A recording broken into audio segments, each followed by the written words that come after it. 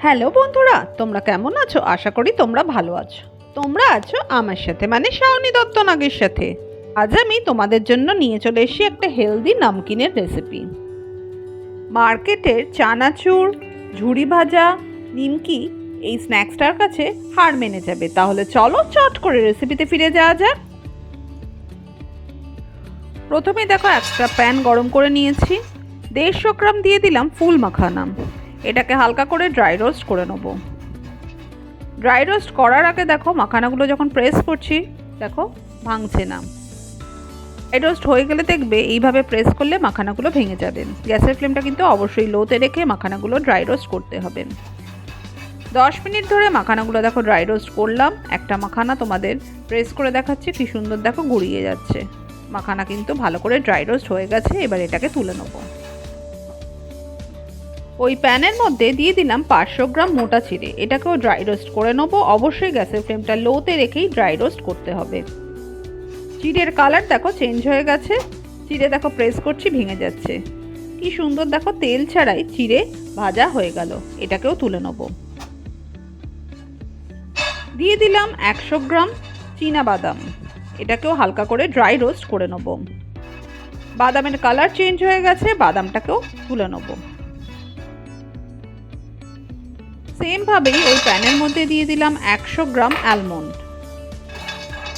অ্যালমন্ডটাকে গ্যাসের ফ্লেমটা লোতে করে এইভাবেই 2 মিনিট ড্রাই রোস্ট করে নেব।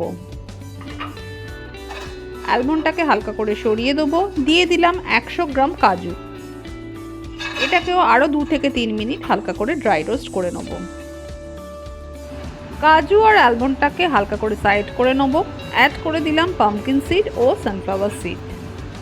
গ্যাসের ফ্লেমটা লোতে রেখে এগুলোকে আরও 2 থেকে 2.5 মিনিট হালকা করে ড্রাই রোস্ট করে নেব। পাম্পকিন সিড ও সানফ্লাওয়ার সিড এখানে আমি 100 গ্রাম করে নিয়ে নিয়েছি। এবার এর মধ্যে অ্যাড করে দেবো মাস্কমেলন সিড বা খরবুজের বীজ। আমি এইভাবেই সিকোয়েন্সে অ্যাড করেছি কারণ অ্যালমন্ড রোস্ট হতে বেশি সময় নেয়। নেক্সট চলে যায় হচ্ছে কাজু, তারপর পাম্পকিন সিড, সানফ্লাওয়ার সিড মোটামুটি একই সময় ধরে রোস্ট হয়। লাস্টলি অ্যাড করেছি খরবুজের বীজ। এটা খুব তাড়াতাড়ি ড্রাই রোস্ট হয়ে যায়। সব কিছু ভালো করে মিশিয়ে নিলাম। এবার গ্যাসের ফ্লেমটা লোতে রেখে এগুলোকে আরও 1 থেকে 1.5 মিনিট ড্রাই রোস্ট হতে দেবো। পুরোপুরি দেখো সুন্দরভাবে সব কিছু দেখো ড্রাই রোস্ট হয়ে গেছে। এবার এগুলোকে তুলে নেব। প্রত্যেকটার কালার দেখো খুব সুন্দর করে চেঞ্জ হয়ে গেছে। হালকা দেখো একটা লাল আভা এগুলোর মধ্যে চলে এসছে। এদিকে দেখো বেশ বড় একটা দেখো কড়াই নিয়ে নিয়েছি। দিয়ে দিলাম 4 টেবিল স্পুন কাওয়া ঘি। ঘিটাকে ভালো করে গরম করে নেব। ঘি দেখো গরম হয়ে গেছে। দিয়ে দিলাম 100 গ্রাম শুকনো নারকেল। নারকেলটাকে দেখো বেশ সরু সরু করে আমি কেটে নিয়েছি। এবার 1 থেকে 1.5 মিনিট হালকা করে ফ্রাই করে নেব ঘিতে। গ্যাসের ফ্লেমটা কিন্তু অবশ্যই লোতে থাকবে। নারকেল দেখো হালকা করে দেখো ফ্রাই করে নিয়েছি। এবার এর মধ্যে দিয়ে দেবো 2 টেবিল স্পুন সর্ষে। এখানে আমি কালো সর্ষে ইউজ করেছি। হ্যান্ডফুল দিয়ে দেবো কারি পাতা। ফ্রেশ কারি পাতা নিতে হবে। নিজেদের ঝাল অনুসারে দিয়ে দিতে হবে কুচানো কাঁচা লঙ্কা। গ্যাসের ফ্লেমটা লোতে রেখেই এগুলোকে আরও 1 থেকে 1.5 মিনিট ফ্রাই করে নেব। অ্যাড করে দিলাম এর মধ্যে 1 টিস্পুন হিং। হিংটা এখন দিলাম কারণ আগে যদি হিংটা ইউজ করতাম তাহলে কিন্তু হিংটা পুড়ে যেত। এবার এর মধ্যে দিয়ে দেবো আগে থেকে শুকনো খোলায় ভেজে রাখা নাটস আর সিড। দিয়ে দিলাম শুকনো খোলায় ভেজে রাখা চীনাবাদাম। এইগুলোকে শুকনো খোলায় ভেজে রাখার একটাই কারণ যাতে ঘিয়ের ইউজ কম হয়। দিয়ে দিলাম 100 গ্রাম কিশমিশ। সব কিছু ভালো করে মিশিয়ে নেব। গ্যাসের ফ্লেমটা লোতে করে এগুলোকে আরও 1 থেকে 1.5 মিনিট ভেজে নেব। পরিমাণ অনুযায়ী দিয়ে দিলাম নুন। এখানে আমি হিমালয়ান পিঙ্ক সল্ট ইউজ করেছি। 1 টিস্পুন দিয়ে দিলাম ব্ল্যাক সল্ট বা বিট নুন। 1 টেবিল স্পুন দিয়ে দিলাম গোলমরিচের গুঁড়ো। 1 টেবিল স্পুন দিয়ে দেবো চাট মশলা। নুন বা ব্ল্যাক সল্ট বা চাট মশলা বুঝে ইউজ করতে হবে। সব কিছুতেই কিন্তু নুনের পরিমাণ আছে। দিয়ে দিলাম রোস্টেড জিরা পাউডার। গোটা জিরেকে শুকনো খোলায় ড্রাই রোস্ট করে মিক্সিতে বেটে নিয়েছি। 1 টিস্পুন দিয়ে দিলাম হলুদ গুঁড়ো, 1 টিস্পুন দিয়ে দিলাম কাশ্মীরি রেড চিলি পাউডার। এবার এর মধ্যে অ্যাড করে দেবো 3 টেবিল স্পুন জ্যাগারি পাউডার। সব কিছু ভালো করে মিশিয়ে নেব।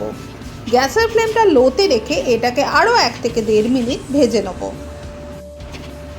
এবার এর মধ্যে অ্যাড করে দিলাম ড্রাই রোস্ট করে রাখা মাখানাটাকে ভালো করে মিশিয়ে নেব। সাথে সাথে দিয়ে দেবো শুকনো খোলায় ভেজে রাখা চিড়ে। সব কিছু ভালো করে মিশিয়ে নেব। গ্যাসের ফ্লেমটা অবশ্যই লোতে রেখে এটাকে আরও 1 থেকে 1.5 মিনিট এইভাবেই ভেজে নেব। এবার এর মধ্যে অ্যাড করে দেবো বাজার থেকে কেনা ড্রাই রোস্ট করা ছোলা 200 গ্রাম, আর অ্যাড করে দিলাম 150 গ্রাম ফ্লেভার ছাড়া কর্নফ্লেক্স। আবারও সব কিছু ভালো করে মিশিয়ে নেব। নিয়ে এটাকে আরও 1 মিনিট এইভাবেই ভাজতে হবে। এইগুলো সব দেখো ভাজা হয়ে গেছে। গ্যাসের ফ্লেমটা বন্ধ করে এটাকে আগে ঠান্ডা করে নেব। নামকিন দেখো পুরোপুরি ঠান্ডা হয়ে গেছে, কতটা দেখো ক্রাঞ্চি হয়েছে, আওয়াজটা দেখো। এবার এটাকে গ্লাস কন্টেনারে ঢেলে নেব। গ্লাস জারে স্টোর করলে এই হেলদি নামকিন 2 থেকে 2.5 মাস রুম টেম্পারেচারেই কিন্তু খুব ভালো থাকবে। যারা ওয়েট লস করছো তাদের জন্য কিন্তু এই হেলদি নামকিনটা কিন্তু ভীষণই উপকারী। এতটা পরিমাণ হেলদি নামকিনে আমি মাত্রই ইউজ করেছি, তোমরা দেখলে 4 টেবিল স্পুন ঘি। বাইরের চানাচুর ঝুড়ি ভাজা নামকিন আজই ছেড়ে দাও, বাড়িতেই আজকে বানিয়ে ফেলো এই হেলদি নামকিন। চায়ের সাথে এই নামকিন কিন্তু দারুণ যায়। যদি আমার এই ইজি ওয়েতে বানানো হেলদি নামকিনের রেসিপিটা তোমাদের ভালো লেগে থাকে তাহলে কিন্তু অবশ্যই একটু লাইক করে দিও আর ফ্যামিলি ফ্রেন্ডকে শেয়ার করে দিও। তোমরা যদি আমার চ্যানেলে নতুন হও আমার চ্যানেলটা কিন্তু সাবস্ক্রাইব করতে ভুলো না, আর পাশের বেল আইকনটা অবশ্যই অন করে দিও, তাহলে আমি যখন রেসিপি পোস্ট করব সবার আগে তোমাদের কাছে নোটিফিকেশন পৌঁছে যাবে। বাড়িতে এইভাবে ইজি ওয়েতে হেলদি নামকিন বানিয়ে আমাকে কমেন্টে বলো যে তোমাদের বাড়ির লোক কী বললো এই নামকিনটা খেয়ে। তাহলে চলো আজকে আসি, টাটা বাই বাই।